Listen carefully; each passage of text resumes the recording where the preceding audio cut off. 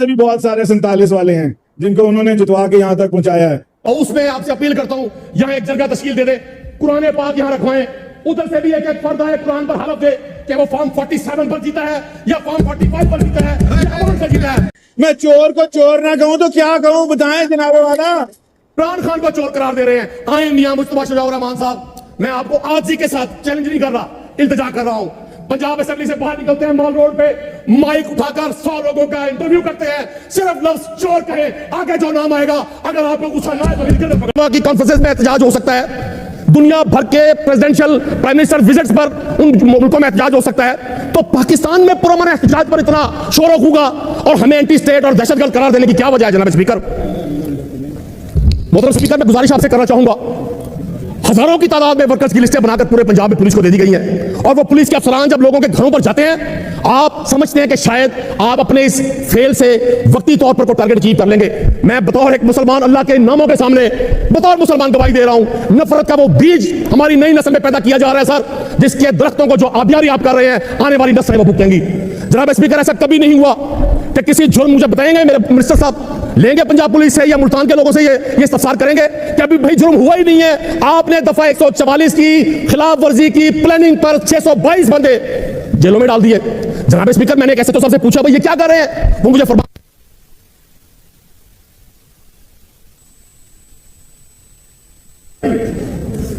Mic खोले जी। मेरे मोहतरम मिनिस्टर साहब ने फरमाया कि जी हमारे साथी हमें कहते हैं ये फॉर्म 47 वाले हैं। मैं आज इस हाउस में आपसे अपील करता हूं, यहाँ एक जगह तश्कील दे दे, कुरान पाक यहाँ रखवाएं, उधर से भी एक एक फर्द है कुरान पर हलफ दे कि वो फॉर्म 47 पर जीता है या फॉर्म 45 पर जीता है या कौन सा जीता है। और जनाब स्पीकर, हलफ हम भी देते हैं, हलफ देते जाएं, अल्लाह का फैसला शुरू होगा।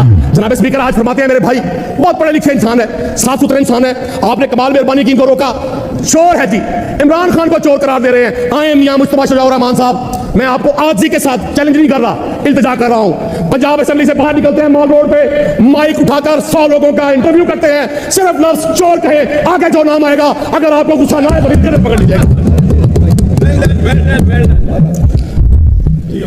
जनाब स्पीकर, मैं दरखास्त करूंगा, आज 12 करोड़ की आबादी के इस असेंबली से सब ना करें जुल्म। ये जो जुल्म की दास्तान आप लिखवा रहे हैं अपने इक़्तिदार की कफालत के लिए, एक शख्स आपका सुप्रीम कोर्ट में बैठा हुआ, वो एक शख्स इतना प्यारा है, आप खुदा की ताकतों को भूल गए हैं, आप खुदा की अज़मतों को भूल गए हैं, आप खुदा की वतनियत को भूल गए हैं। आप कहते हैं हमें अल्लाह नहीं बचाएगा, हमें काजी बचाएगा। जनाब स्पीकर, एक शख्स को हम पर मुसल्लत करने के लिए आप अपने बच्चों को मार रहे हैं, आप शेलिंग करवा रहे हैं, आप FIR दे रहे हैं, अराकीन असेंबली को गर्दनों से पकड़ पकड़ कर आज आप जिन हवालातों में, जिन काल कोठरियों में बंद करवा रहे हैं, मैं उन कुरानों से दरखास्त करना चाहता हूं, ये वक्त जरूर गुजरेगा। कुरान पाक में अल्लाह पाक फरमाते हैं, बदतरीन हालात में भी इंसाफ के मामले में अपने दुश्मन के साथ भी इत्मीनान रखो, ये वक्त गुजर जाएगा। मेरे रब ने हमें सब कुछ दिया है, अपनी कायनात का इख्तियार किसी को नहीं दिया, वो सारे इख्तियार मेरे रब ने खुद रखे हुए हैं। जनाब स्पीकर, मेरे भाई फरमाते हैं कि ये एहतजाज की आड़ में शर्त पसंदी करते हैं।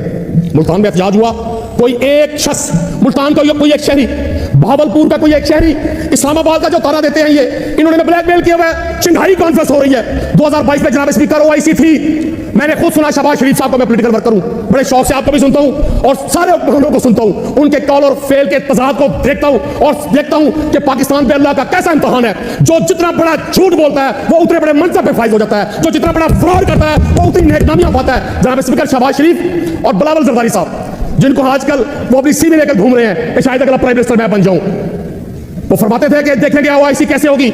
आज आप हमें फरमाते हैं कि शंघाई कॉन्फ्रेंस हो रही है। आपको अगर शंघाई कॉन्फ्रेंस वालों का इतना ही ख्याल होता, आप इस मुल्क में एक साइफर पे हुकूमत न बदलते।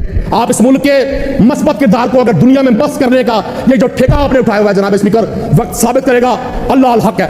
आप दुनिया पर, आपने इमरान खान पर जो इल्जाम लगाए, आप कहते थे, हम सुनते थे, कोकीन पीता है, चर्च पीता है, 1.5 साल से आज आपकी हिरासत में वो मैं आपकी मजबूरियां समझता हूं सर, जनाब स्पीकर, मैं आपकी मजबूरियां समझता हूं। मैं तो वो बात कर रहा हूं जो आम कॉमन पाकिस्तानी कह रहा है कि आपने जितने इल्जामात अपने मुखालिफ पे लगाए, अल्लाह ताला ने उसकी 1.5 साल की जुर्रत और बहादुरी की वजह से वो सारे इल्जामात धो दिए।